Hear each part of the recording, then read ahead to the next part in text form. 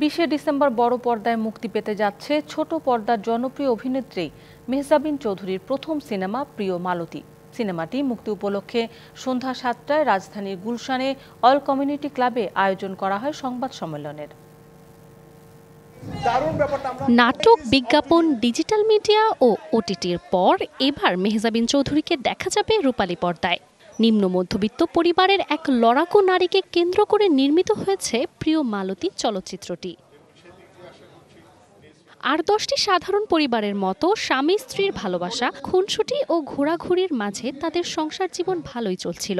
হঠাৎ এক মার্কেটে আগুন লাগার ঘটনায় সেই ছন্দ কাটে। জীবনের এই সংগ্রাম ফুটিয়ে তোলা কিছুটা চ্যালেঞ্জিং ছিল বলে জানান অভিনেত্রী।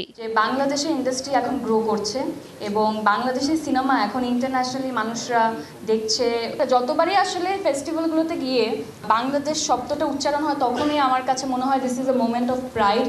চিত্রনাট্যকার ও পরিচালক শঙ্খ দাশগুপ্ত জানান, এই গল্প শুধু মালতীর নয়, এটি সমাজের অনেক নারীর জীবনের প্রতিফলন। ফিমেল ডমিনেটিং স্টোরিজ অনেক কম, বিকজ মেয়েদের যে গল্প সেটা আমার কাছে পার্সোনালি অনেক বেশি সিনেম্যাটিক লাগে আর কি। এই মেল ডমিনেটিং সোসাইটিতে মেলদের জন্য একরকম আর ফিমেলদের জন্য একরকম। সো ওই জায়গা থেকে সবসময় আমার কাছে মনে হচ্ছিল থাকে না যে এটা খুবই একটা ভালো চেঞ্জ যেটা আমরা আসলে দেখছি এখন।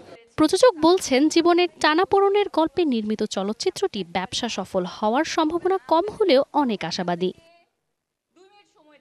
Manjuma Afroz Nilima, DBC news.